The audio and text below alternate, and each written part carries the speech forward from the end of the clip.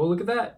It's a YouTube video. What's up, guys? I know it's been a little bit of a while, and I just got back from my Europe trip, actually, and had a lot of fun. Lots of great pictures and stuff like that. It's all on my Instagram if you guys want to go follow that. But going to and from my vacation, I was able to watch a lot of movies on the plane. I'm just gonna like rapid fire off a bunch of the movies that I watched and give you some of my thoughts and opinions on these movies. If you guys are ever genuinely interested in watching them, if they're free, if they're rent, all that stuff, I will give my opinion on them. Mostly it's just gonna be a really rapid fire review, but I felt like, hey, just thought, you know, might as well get back into the whole YouTube thing, and so let's just get started with it.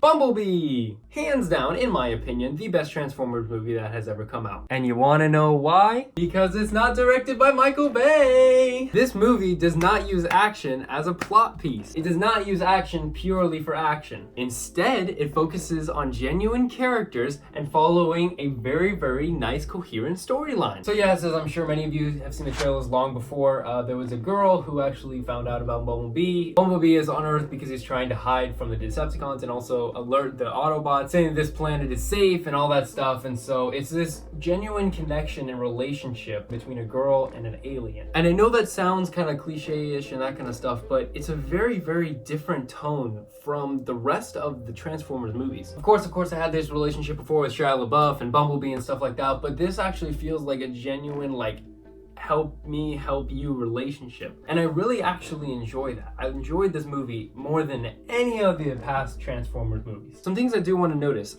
it actually seems like the transforming animations are actually worse in this movie than they have been in past movies. I don't know if they want to try and match the level of detail and scale that's in the like cartoon version of Transformers, but yeah, those animations were the best part of the previous movies, and it feels like that it's a little bit lackluster here. But overall, highly recommend. I think it's a great movie, and it kind of makes me revitalized in the love for Transformers again.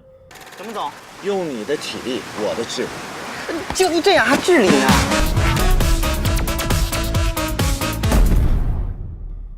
The Island. You've probably never heard of this movie before, and for good reason. It is a foreign film, and it's basically Lost and Lord of the Flies kind of mixed together, and boom, you have The Island. It's about a group of co-workers going off to take a team bonding exercise, and they all go off into the ocean. And then a meteor hits the Earth and causes a huge tsunami, and so they wash up onto an island and they think that they're stranded, the whole world is destroyed, all that stuff. And so it's basically about them surviving on the island and making their own little society, changes of leadership and rulers and all that different stuff about how they're trying to cohere on the island. And what I think is really interesting about this movie is that it really shows you about who likes to take control and who likes to be a follower. People who were the big boss in the company beforehand start to wither away when they actually realize that their financial means and tools can help them in this survival environment. Big bosses who were one of the heads of the company start to realize that he can't really do many of the physical labors that actually require for this survival on this island. And it also kind of delves into that when they do have the chance to escape, not everybody really wants people to leave. Some people are so obsessed with power and they're holding power right now that they don't want to give that up. Anyways, the ending of the movie kind of gets a little weird, and I kind of felt frustrated towards the end of like how weird and slow and like maniacal the ending was. But overall, pretty good movie. I would recommend a watch, at least a rent. It's not personal. It's strictly business.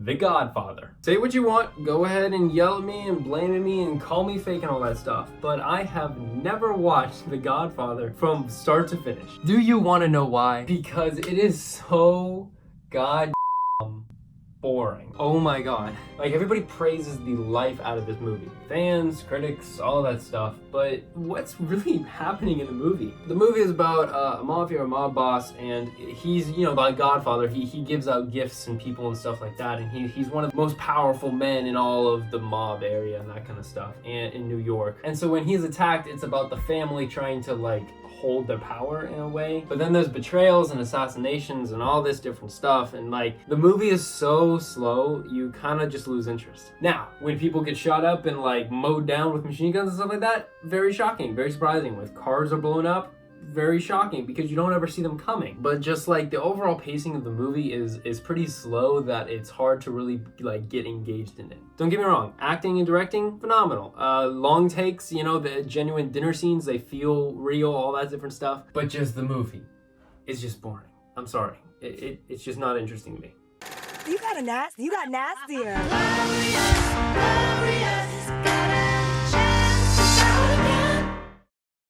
Crazy Rich Asians. Yes, I actually did watch this movie. And you know what?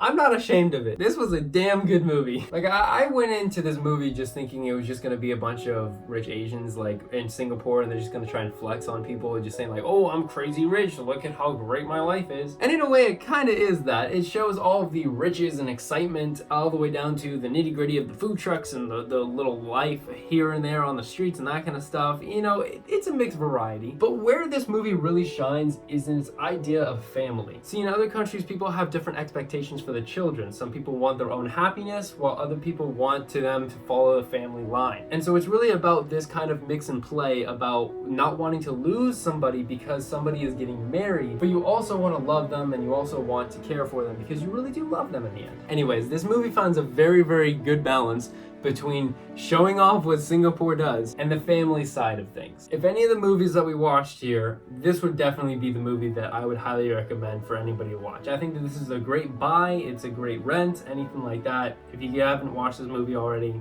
go do so.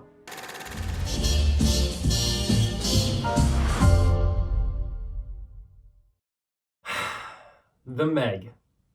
You already know what's coming. When we all watched the trailers for this movie, did we actually think it was gonna be a good movie?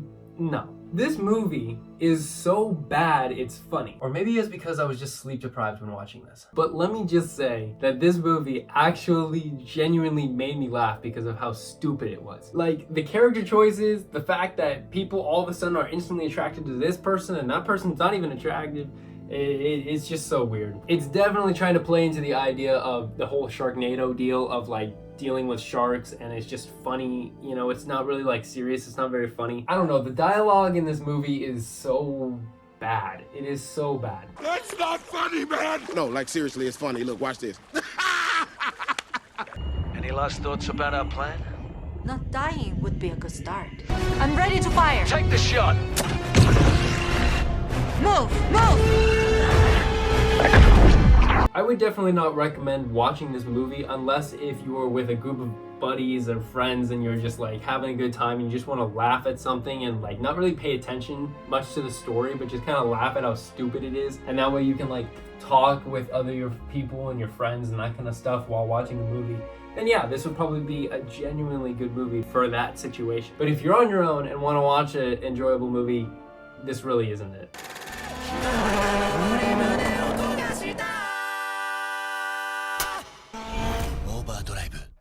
And last up we have Overdrive. You probably never heard of it, but then again, neither did I.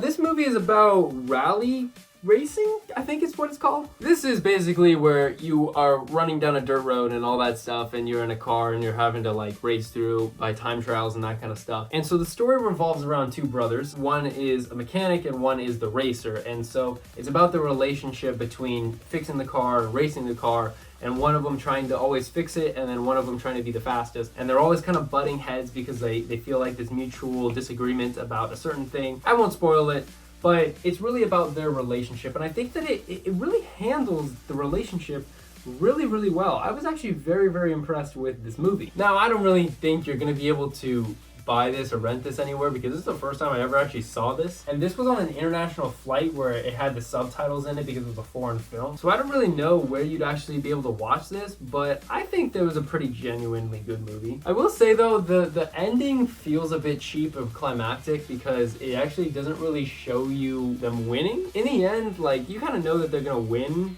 and so the ending feels a bit cheap because it actually just tells you that they won instead of like actually showing you kind of deal.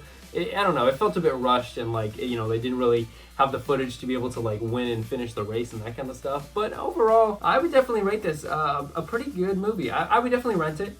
I wouldn't buy it. This was kind of just a one-time view, but the relationship between the two brothers feels real, and I was actually very impressed with that. But that's about gonna do it. I want to thank you all so very much for watching. I know it's been a little while since I've been in YouTube, and so I just want to get back on track. I wanted to give some of my thoughts and opinions on some of the movies that I saw.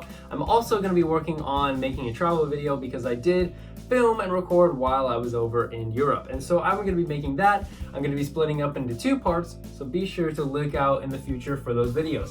Anyways, guys, I want to thank you so very much for watching. Be sure to like and subscribe, and I'll see you guys in the next video. Bye-bye.